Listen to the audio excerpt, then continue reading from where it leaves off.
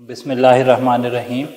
अस्सलाम वालेकुम students, C12 की डिस्कशन के साथ आपको वेलकम करते हैं। सवाल नंबर 1 आज हमें पूछा गया है कि an unknown element having electronic configuration neon 3s2 3p3 will be.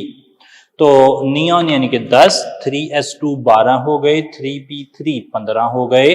तो 15 एटॉमिक नंबर वाले एलिमेंट की बात हो रही है और हम जानते हैं कि 15 एटॉमिक नंबर वाला एलिमेंट फास्फोरस होता है। इसका ग्रुप नंबर है 5 और ये एक टिपिकल नॉन मेटल है, यानी कि Charlie option non metal of group 5A। तो इस तरह के सवालों में आपको एलिमेंट डिटेक्ट करना पड़ता है और उसकी प्रॉपर्टी से आप अपने जवाब को आंसर कर सकते, अपना जवाब जो है जस्टिफाई कर सकते हैं।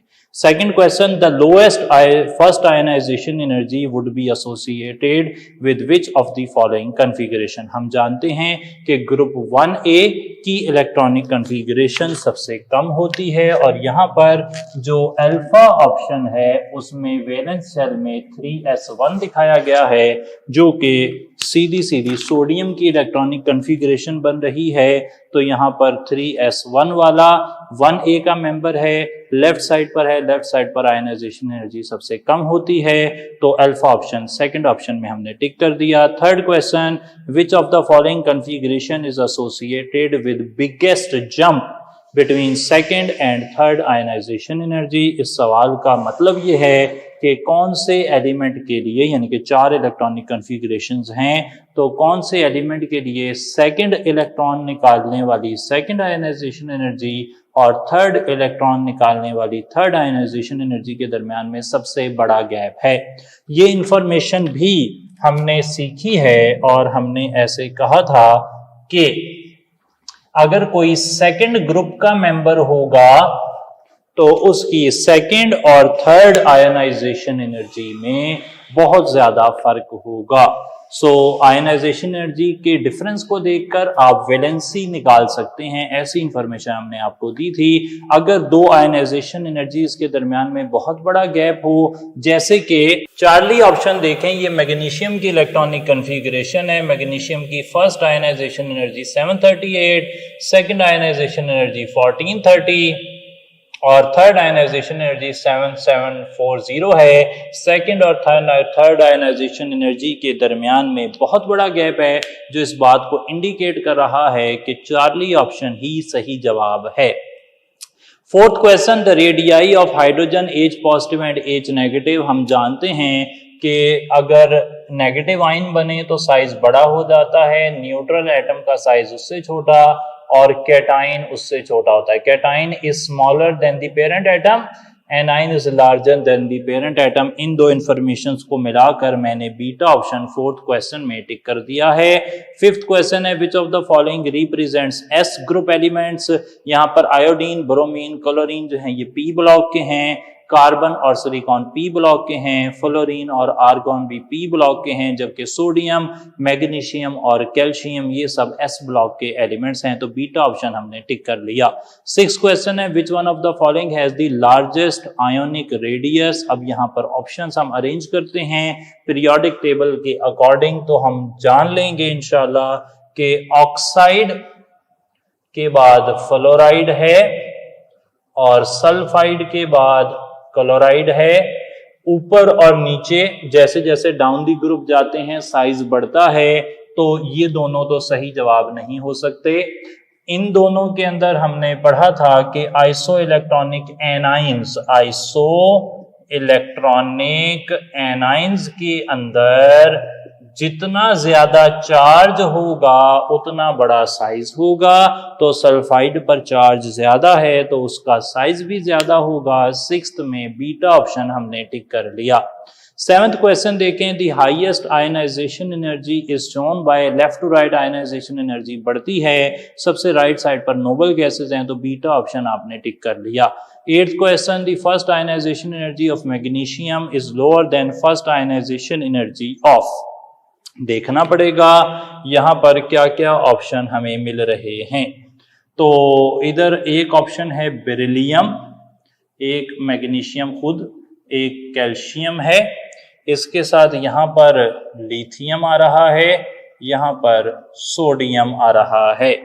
सही हो गई जी बात। अब सवाल ये है कि इन सब डेटा में 5 एलिमेंट आ गए, एक मैग्नीशियम आ गया, और सवाल ये है कि इसकी आयनाइजेशन एनर्जी किससे लोअर है।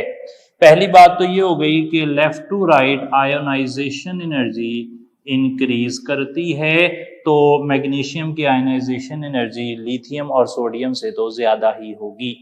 दूसरी बात आ गई, top to bottom ionization energy decrease करती है, इसलिए बेरिलियम की भी मैग्नीशियम से ज्यादा हो गई। तो बचा कौन? कैल्शियम बचा। कैल्शियम की आयनाइजेशन एनर्जी जो है वो लोअर है।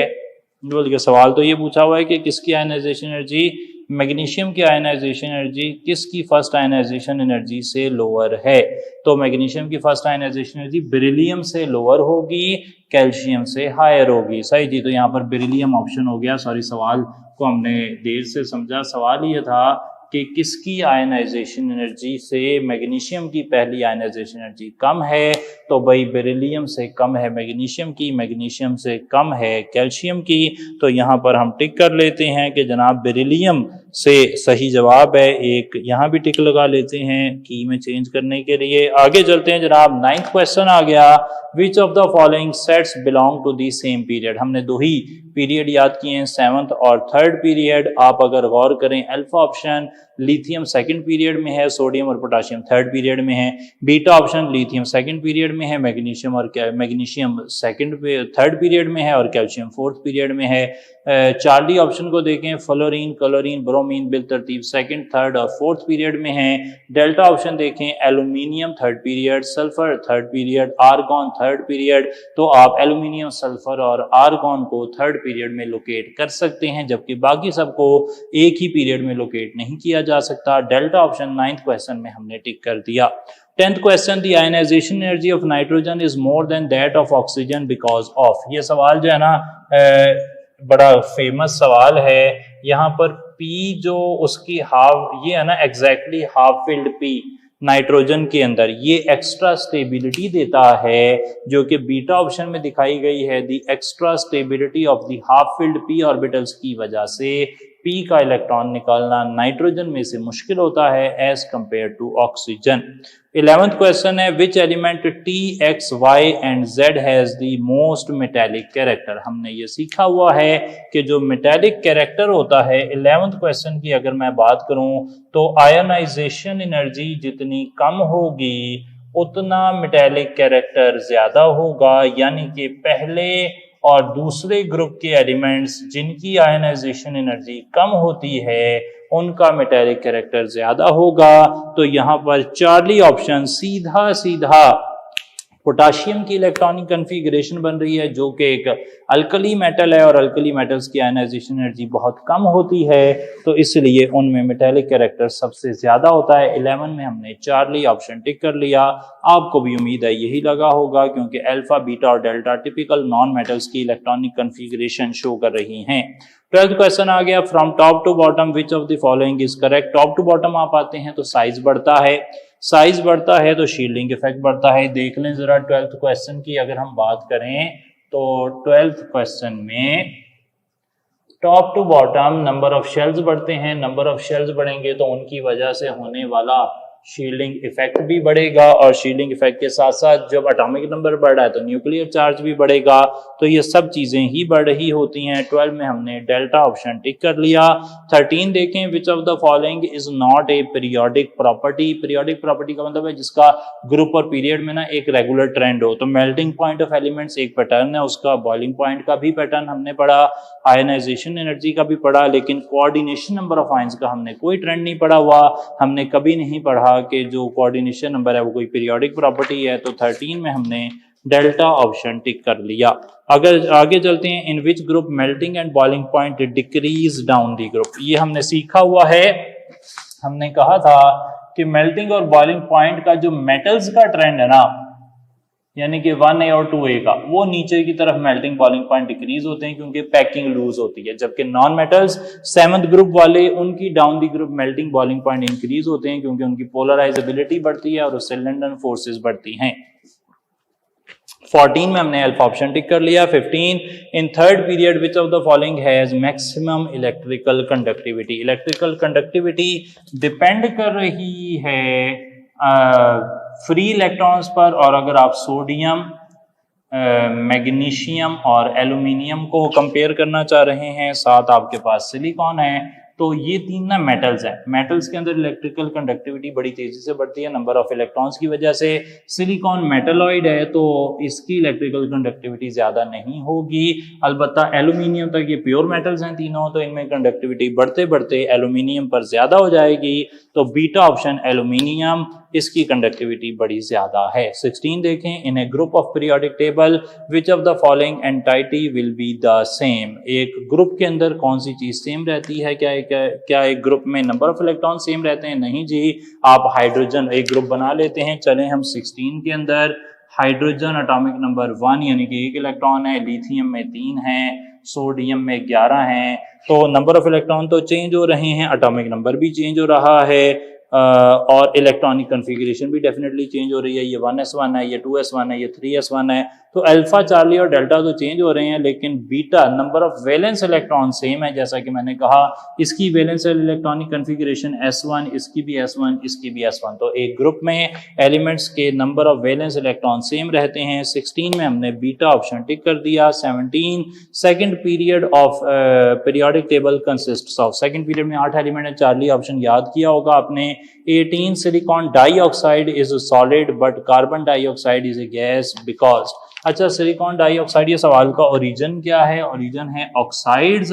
ऑक्साइड्स में एक कार्बन का ऑक्साइड है, एक सिलिकॉन का ऑक्साइड है। होता ये है, याद रख लें कि कार्बन एक स्मॉल ट्राई एटॉमिक मॉलिक्यूल है, जबकि सिलिकॉन जो है ना, ये एक 3 डायमेंशनल लैटिस होती है। इस वजह से इसके मेल्टिंग बॉइलिंग पॉइंट ज्यादा हो जाते हैं और वो सॉलिड हो जाता है। तो अल्फा ऑप्शन देखें, silicon dioxide exists as 3 dimensional giant molecule. तो यही वजह है, सिलिकॉन डाइऑक्साइड एक जाइंट मॉलिक्यूल होता है, इसलिए वो सॉलिड हो जाता है, जबकि कार्बन डाइऑक्साइड गैस ही रहती है।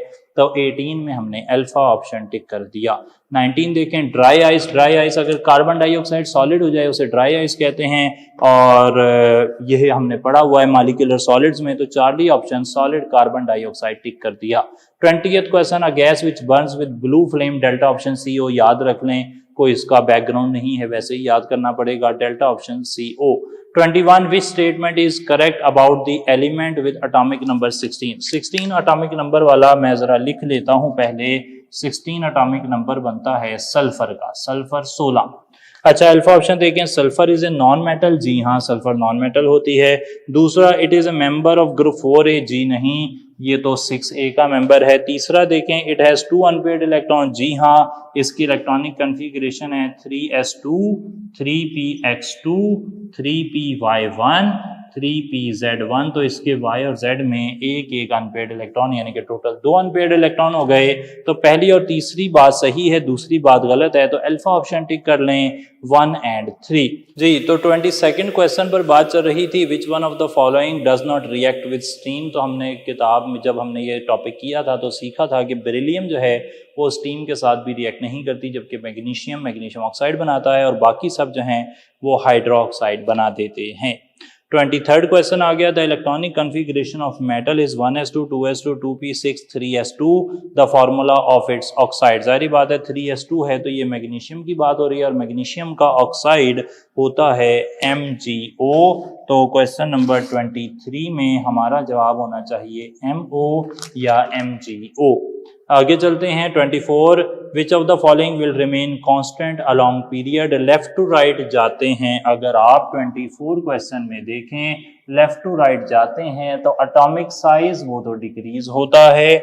आगे चलते हैं, एटॉमिक नंबर वो इंक्रीज होता है, चार्ली ऑप्शन की बात कर रहा हूं, और आयनाइजेशन एनर्जी वो भी डिक्रीज होती है, जबकि बीटा जो है एटॉमिक शेल नंबर वो सेम रहता है। एक पीरियड में शेल्स की तादाद सेम रहती है, दूसरे पीरियड में 2 शेल हैं, तीसरे पीरियड में 3 शेल हैं, वगैरह वगैरह। तो 24 में हमने बीटा टिक कर दिया। 25 चेक कर लें, which one of the following is the correct order of bond energies of halogen molecules. Halogens के अंदर हमने ये सीखा हुआ है कि क्लोरीन की बॉन्ड एनर्जी, सवाल नंबर चल रहा है 25, क्लोरीन की बॉन्ड एनर्जी ब्रोमीन से ज़्यादा है, ब्रोमीन की बॉन्ड एनर्जी आयोडीन से ज़्यादा है। और ये भी हम जानते हैं कि आयोडीन और फ्लोरीन की वैल्यू ना तकरीबन एक जितनी है, 154 और 150 हमने आपको याद करवाई थी। तो बीटा ऑप्शन फिलहाल यहाँ पर सही है। 26 मेल्टिंग पॉइंट ऑफ हेलोजेंस बिल्कुल ऑपोजिट हैं मेटल्स से। मेटल्स के मेल्टिंग पॉइंट नीचे की तरफ कम होते हैं, जबकि हेलोजेंस की अभी थोड़ी देर पहले मैंने बताया कि डाउन दी ग्रुप जाते हुए इंक्रीज होते हैं, क्योंकि उनके अंदर फोर्सेस ऑफ अट्रैक्शन बन जाती हैं, लंडन फोर्सेस बढ़ रही होती हैं, पोलराइज एबिलिटी बढ़ रही होती है। चार्ली ऑप्शन टिक कर लें। 27 in which of the following atomic radii of elements decrease by increasing atomic number. Alpha option alkali metals एक ही ग्रुप में है, ग्रुप में ऊपर से नीचे एटॉमिक रेडियस बढ़ता है। Beta option alkaline earth metals एक ही ग्रुप में, ऊपर से नीचे एटॉमिक नंबर बढ़ेगा तो एटॉमिक रेडियस भी बढ़ेगा। डेल्टा ऑप्शन हेलोजेंस वो भी एक ही ग्रुप में है, तो ऊपर से नीचे एटॉमिक रेडियस बढ़ेगा। जबकि Charlie option lithium to neon 27th question में लिथियम से नियॉन वो एक ही पीरियड में है और एक ही पीरियड में एटॉमिक रेडियस डिक्रीज करता है, जबकि एटॉमिक नंबर बढ़ रहा होता है। Lithium atomic number 3, beryllium 4, boron 5, carbon 6, nitrogen 7, oxygen 8, fluorine 9 और नियॉन 10। एटॉमिक नंबर बढ़ रहा है लेकिन एटॉमिक रेडियस कम हो रहा है। 28 देखें। The bleaching action of chlorine is due to. Chlorine bleaching action क्यों कर रही है? क्लोरीन ब्लीचिंग एक्शन कर रही है इस वजह से कि क्लोरीन मॉइस्चर में हल हो जाती है और हल होकर HCl और HOCl बनाती है, और ये HOCl बाद में ब्लीचिंग एक्शन करवाता है। तो मॉइस्चर सही जवाब है जी, मॉइस्चर होगा तो ब्लीचिंग एक्शन आएगा क्लोरीन का। 29 देखें। Which element has the smallest cation with +3 charge. +3 charge वाला स्मॉलेस्ट कैटाइन कौन सा है? 29th क्वेश्चन की बात चल रही है। ऑप्शन हमें दिए गए हैं B+3, Al+3 और सिलिकॉन +3, और Al+3 को मैंने यहाँ लिख लेता हूँ, और फिर है सिलिकॉन +3 और साथ साथ है मैग्नीशियम +3। अच्छा, सवाल क्या है? कौन सा स्मॉलेस्ट कैटाइन है? तो साफ जाहिर है कि ये जो है ये थर्ड पीरियड में है तीनों, जबकि B+3 जो है वो सेकंड पीरियड में है, और सेकंड पीरियड के अंदर शेल कम होते हैं थर्ड पीरियड से, तो सेकंड पीरियड वाले का ही साइज जो है वो सबसे कम हो सकता है। थर्ड पीरियड वालों का साइज चाहे वो +3 फॉर्म में हो और सेकंड पीरियड वाले भी +3 फॉर्म में हो, तो सेकंड पीरियड का साइज और कम होता जाएगा। तो अल्फा ऑप्शन B+3 हमने टिक कर दिया। 30th question. Highest ionization energy is possessed by. तो 30th क्वेश्चन यहाँ पर लिख लेते हैं, उसके बाद फिर इसे मिटा देंगे सारे हिस्से को। 30th क्वेश्चन में हमें पूछता है लिथियम, बेरिलियम, बोरॉन और नाइट्रोजन। लिथियम, बेरिलियम, बोरॉन और सोडियम, इनमें से किसकी आयनाइजेशन एनर्जी मैक्सिमम है? ऊपर से नीचे आयनाइजेशन एनर्जी कम होती है, इसलिए सोडियम सही जवाब नहीं हो सकता। Left to right ionization energy बढ़ती है, लेकिन बेरिलियम जो है उसमें S2 है, सेकंड ग्रुप का है, तो इसमें एक्सेप्शनल बिहेवियर था, इसकी आयनाइजेशन एनर्जी थर्ड वाले से ज्यादा होती है, तो इसलिए बेरिलियम यहाँ पर सही जवाब होगा। नेचर ऑफ ऑर्बिटल की वजह से बेरिलियम की आयनाइजेशन एनर्जी ज्यादा हो गई, और 30th क्वेश्चन में हमने बीटा ऑप्शन टिक कर दिया जिसका नाम है बेरिलियम। 31 से आगे सवाल करते हैं, लेकिन पहले इस हिस्से को क्लियर करते हैं।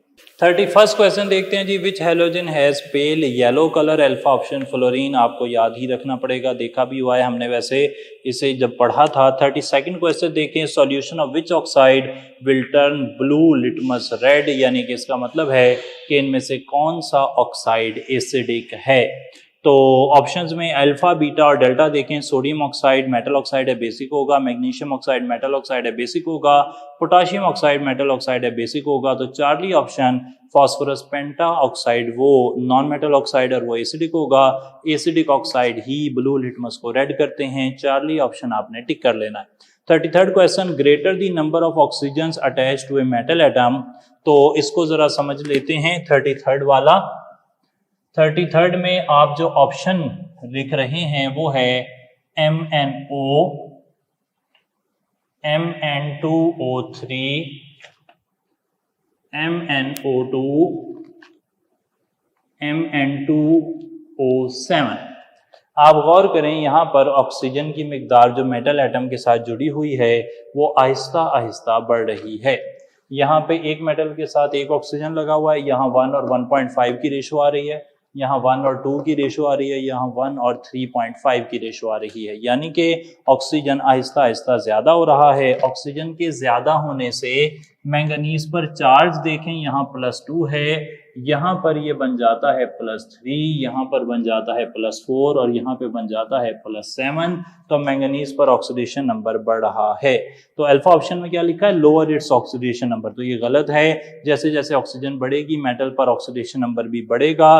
दूसरा देखें, हायर इन बेसिक कैरेक्टर, तो बेसिक कैरेक्टर बढ़ेगा क्या ऑक्सीजन बढ़ने से, ऐसा नहीं है। हमने पढ़ा था ऑक्साइड्स के अंदर कि अगर सेम मेटल ऑक्सीजन से अलग अलग तरह के ऑक्साइड बनाए तो जैसे जैसे ऑक्सीजन बढ़ेगी, जैसे जैसे ऑक्सीडेशन नंबर बढ़ेगा, वैसे वैसे एसिडिक कैरेक्टर ऑफ ऑक्साइड बढ़ता है, जो कि डेल्टा ऑप्शन में लिखा हुआ है, higher the acidic character of oxide. तो 33 में हमने डेल्टा ऑप्शन टिक कर दिया। 34 देखें, keeping in view the ionization energy which order is correct one. आप देख लें 34 में अल्फा ऑप्शन अगर हम देखते हैं तो रुबेडियम और सीजियम, सीजियम नीचे है तो इसकी आयनाइजेशन एनर्जी कम होनी चाहिए।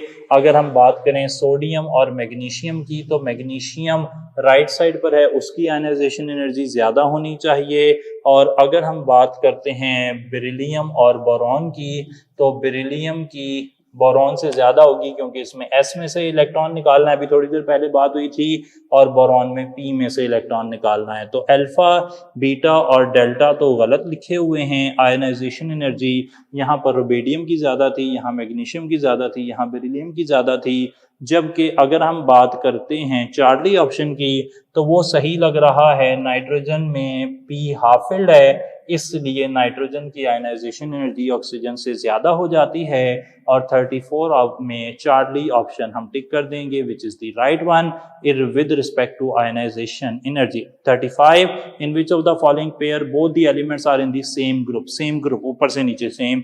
बोरॉन और बेरिलियम जी, बेरिलियम सेकंड ग्रुप का है, बोरॉन थर्ड ग्रुप का है। चार्ली ऑप्शन देख लें, मैग्नीशियम सेकंड ग्रुप का है, एल्यूमिनियम थर्ड ग्रुप का है। डेल्टा ऑप्शन देख लें, गैलियम थर्ड ग्रुप का है, हीलियम 8th ग्रुप का है। जबकि बीटा ऑप्शन नाइट्रोजन भी 5th ग्रुप में है और फास्फोरस भी 5th ग्रुप में है। तो 35 में हमने बीटा टिक कर दिया। 36, ionization energy of calcium, calcium के हवाले से बात कर लेते हैं। कैल्शियम की आयनाइजेशन एनर्जी की बात की गई है और उसे वो कहता है कि ये बेरियम से कम है। ऐसा नहीं हो सकता, नीचे की तरफ आयनाइजेशन एनर्जी कम होती है तो बेरियम की कम होनी चाहिए। दूसरा बीटा ऑप्शन है, lower than that of magnesium, magnesium से कम है। ये बात सही हो सकती है क्योंकि मैग्नीशियम ऊपर है, उसकी आयनाइजेशन एनर्जी ज्यादा होगी, कैल्शियम नीचे है, उसकी आयनाइजेशन एनर्जी कम होगी। तो बीटा सही हो सकता है जी। चार्ली देख लें, हायर देन बेरिलियम ऐसे नहीं हो सकता क्योंकि जो ऊपर वाला होता है उसकी आयनाइजेशन एनर्जी ज्यादा होती है। लोअर देन स्ट्रॉन्शियम ये भी नहीं हो सकता क्योंकि कैल्शियम खुद ऊपर है तो उसकी स्ट्रॉन्शियम से ज्यादा होगी वैल्यू। तो यहाँ पे मैग्नीशियम से कम है कैल्शियम की वैल्यू, यही ऑप्शन सही लग रहा है, बीटा ऑप्शन। 36 में हमने टिक कर दिया। 37, विच of the following sets has coinage metals, तो कॉइनेज मेटल कहते हैं कॉपर सिल्वर गोल्ड को, वो कहाँ नजर आ रहे हैं, बीटा ऑप्शन में, कॉपर सिल्वर और gold. 38, an element of atomic number 21, atomic number 21 किसका है, 38 के अंदर वो है स्कैंडियम का, स्कैंडियम डी ब्लॉक का एलिमेंट होता है जी, बीटा ऑप्शन टिक कर दें। 39, choose the correct order of the size of chloride species, हमने अभी कहा कि एनाइन, थोड़ी देर पहले की बात है, एनाइन का साइज पेरेंट एटम से बड़ा और कैटाइन का साइज पेरेंट एटम से छोटा होता है। ये बिल्कुल हाइड्राइड, हाइड्रोजन और प्रोटॉन वाला सवाल है, अल्फा ऑप्शन यहाँ पे टिक कर देंगे। इस जैसा सवाल अभी थोड़ी देर पहले हमने देखा था, क्वेश्चन नंबर 4। तो 40 देख लें, one of the following species iso electronic with calcium +2 which is that. तो कैल्शियम +2, अगर हम 40 की बात करें, कैल्शियम +2 जो है इसका एटॉमिक नंबर होता है 20, यानी कि फिलहाल इसके पास 18 इलेक्ट्रॉन हैं। अगर आप बात करें सोडियम की, सोडियम का एटॉमिक नंबर है 11। मैग्नीशियम की बात करें, उस पर +2 चार्ज है, उसका एटॉमिक नंबर है 12, यानी इसके पास 10 इलेक्ट्रॉन होंगे। आर्गॉन की बात करें, आर्गॉन का एटॉमिक नंबर है 18, तो इसके पास 18 इलेक्ट्रॉन होंगे। ये देखें जनाब, आर्गॉन और कैल्शियम +2 ये दोनों के दोनों आइसो इलेक्ट्रॉनिक बन रहे हैं। आगे चलते हैं जी 41 by drinking chlorinated water there is a chance of development of nervous disorder. तो क्लोरीन मिला पानी पीने से आपको कैंसर हो सकता है ब्लैडर और रेक्टम का। डेल्टा ऑप्शन सही लग रहा है। ये disinfection of water by chlorine 16 chapter में आप पढ़ लेंगे तो वहां से हमें इंफॉर्मेशन मिल जाएगी। डेल्टा ऑप्शन हमने बीच में डाल देना है। 42nd देख लें, which element forms long chains alternating with oxygen. तो ये प्रॉपर्टी जो है वो सिलिकॉन की प्रॉपर्टी है 42nd के अंदर। 42nd में जो चेन है वो बनती है between silicon and oxygen. Alternating chain बनती हैं और काफ़ी लेंथी चेन बन सकती हैं जिसकी वजह से सिलिका सॉलिड भी हो जाता है। तो बीटा ऑप्शन यहाँ टिक कर दें। 43rd the element which is most abundant on earth crust. जमीन में ऑक्सीजन 46.6% है, सिलिकॉन 27.7% है और उसके बाद एल्यूमिनियम है शायद 13% और आयरन 8% के करीब है। तो ऑक्सीजन सबसे ज़्यादा है। चार्ली ऑप्शन टिक कर दें। 44 विच of the following is a neutral oxide. आप जानते हैं कि कार्बन डाइऑक्साइड जो है 44 क्वेश्चन की बात चल रही है। कार्बन डाइऑक्साइड पानी में हल होगा तो कार्बोनिक एसिड बन जाएगा। सिलिका हमने वैसे ही जो है सिलिका से ना सिलिसिक एसिड भी बन सकता है वैसे H2SiO3 और सल्फर डाइऑक्साइड से भी सल्फ्यूरिक एसिड बन सकता है। सही जनाब। तो लेकिन कार्बन मोनोऑक्साइड जो है वो एक न्यूट्रल ऑक्साइड है, उससे कुछ नहीं बन रहा। अल्फा ऑप्शन CO आप टिक कर देंगे। 45 which of the following is the most powerful oxidising agent. Halogens में से इलेक्ट्रॉन अफिनिटी, हाइड्रेशन एनर्जी वगैरह जैसे फैक्टर्स जो हमने पढ़े थे उस हिसाब से अल्फा ऑप्शन फ्लोरीन सबसे अच्छा ऑक्सीडाइजिंग एजेंट है। 46 देख लें, the electronic configuration of 4 different elements is given below. Identify the element belong to 7A group. 7A group में होना चाहिए 3p5। तो डेल्टा ऑप्शन देखें, नियॉन यानी कि 10 electron, 3s2 12 electron, 3px2 3py2 3pz1 ये क्लोरीन की इलेक्ट्रॉनिक कन्फिगरेशन लिखी हुई है। डेल्टा ऑप्शन आपने टिक कर लिया। 47 विच of the following statement is incorrect about bleaching powder. Bleaching powder के बारे में क्या बात सही नहीं है। ये मिक्स साल्ट है। मिक्स साल्ट का क्या मतलब होता है जी, ये जरा समझ लें। 47 में कैल्शियम ऑक्सी क्लोराइड, इसमें Cl जो है और OCl दो डिफरेंट एनाइंस हैं। दो डिफरेंट एनाइंस जो दो डिफरेंट एसिड से आए हों उनसे अगर साल्ट बने तो उसे आप कहते हैं mix salt. Beta option it is an oxidising agent, बिल्कुल सही बात है। चार्ली ऑप्शन इसमें अवेलेबल क्लोरीन 35 to 37 या 40% होती है, बिल्कुल सही बात है। Delta option it acts as reducing agent, जी नहीं। ब्लीचिंग पाउडर एक ऑक्सीडाइजिंग एजेंट है, वो एक रिड्यूसिंग एजेंट नहीं है। तो 47 में हमने डेल्टा ऑप्शन टिक कर देना है कि it is not an reducing agent, यानी कि it acts as reducing agent. This information is wrong. 48 which of the following element is used as an antiseptic. Antiseptic के तौर पर आप किसे इस्तेमाल कर रहे हैं? आपने जर्मीसाइड के तौर पर, डिसइंफेक्टेंट के तौर पर आपने क्लोरीन को इस्तेमाल किया है। तो क्लोरीन यहाँ पर सही जवाब हो सकता है। सही जी, क्लोरीन को आप देख लें कि वो सही जवाब है, वो एक एंटीसेप्टिक के तौर पर इस्तेमाल हो रही है। 48 में जी एंटीसेप्टिक से मुराद हम डिसइंफेक्टेंट ही ले रहे हैं, तो और कोई इन्फॉर्मेशन हमारी इसकी नहीं है। तो चार्ली ऑप्शन क्लोरीन को ही हम यहाँ पर सही मानकर चल रहे हैं। थोड़ा सा डाउट यहाँ पर क्रिएट होता है कि क्लोरीन और आयोडीन जो है इनमें एक प्रॉब्लम लगता है, क्योंकि आयोडीन से आयोडेक्स बन रही है, टिंक्चर ऑफ आयोडीन बन रही हैं, वो भी एंटीसेप्टिक होती हैं। तो एज एन एंटीसेप्टिक जो है वो आप क्लोरीन से एक फॉर्मुलेशन बनाते हैं, वो एंटीसेप्टिक के तौर पर इस्तेमाल होती है। आयोडीन से फॉर्मुलेशन बनाते हैं, वो एंटीसेप्टिक के तौर पर इस्तेमाल होती है। लेकिन फिलहाल हम यहाँ पे मोस्ट प्रोबेबल आंसर के तौर पर क्लोरीन को टिक कर रहे हैं। आगे चलते हैं जनाब। एक सवाल है 49 which is used in earthquake prediction. ये रेडॉन है, सही है, इंफॉर्मेशन है, याद करना चाहें तो कर लें। लास्ट टाइम ये सिलेबस में था, इस दफ़ा जो है वो नोबल गैसेस सिलेबस में इस तरह ऐसा शामिल नहीं है।